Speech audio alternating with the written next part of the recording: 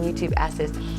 If we are in group conversation regarding the Word of God and what their interpretation is totally wrong, do we speak the truth and correct them at all, whether in private or in a group?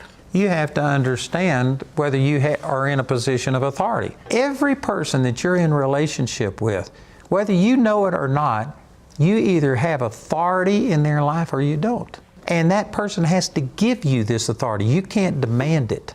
Mm-hmm. But you may not use the word authority, but when you have a relationship with people, as you get closer and closer, that person opens up and gives you the right to speak into their life. Yeah. And if they've done that, and if they are receptive and see you as a source of authority in their life, well then yes, you should say something. If you're just in a group conversation and these are total strangers, well then you don't necessarily have authority, but I would bring up like if they were talking about some doctrinal issue, I'd say, well, you know, I don't agree with that. I think that there is another side to that. Mm-hmm. And they would either respond by saying, well, what do you believe? They just gave you authority to speak. But if they say, no, you're wrong, and I'm not going to argue about it. So I evaluate every single situation with whether or not that person is submitted and receptive.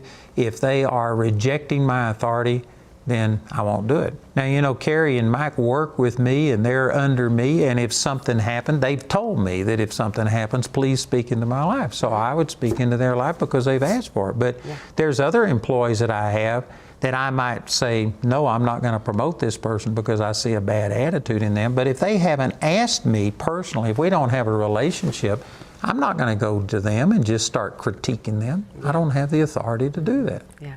If they mess up in my ministry and are causing problems, I'll deal with that because they've submitted to me as the boss. But if I see something that's going to hurt their marriage, and if we have a rapport, well, then I'll speak into their life. But I'm not going to go around just looking at every employee and going around telling them things because that's not my position. I don't have that authority.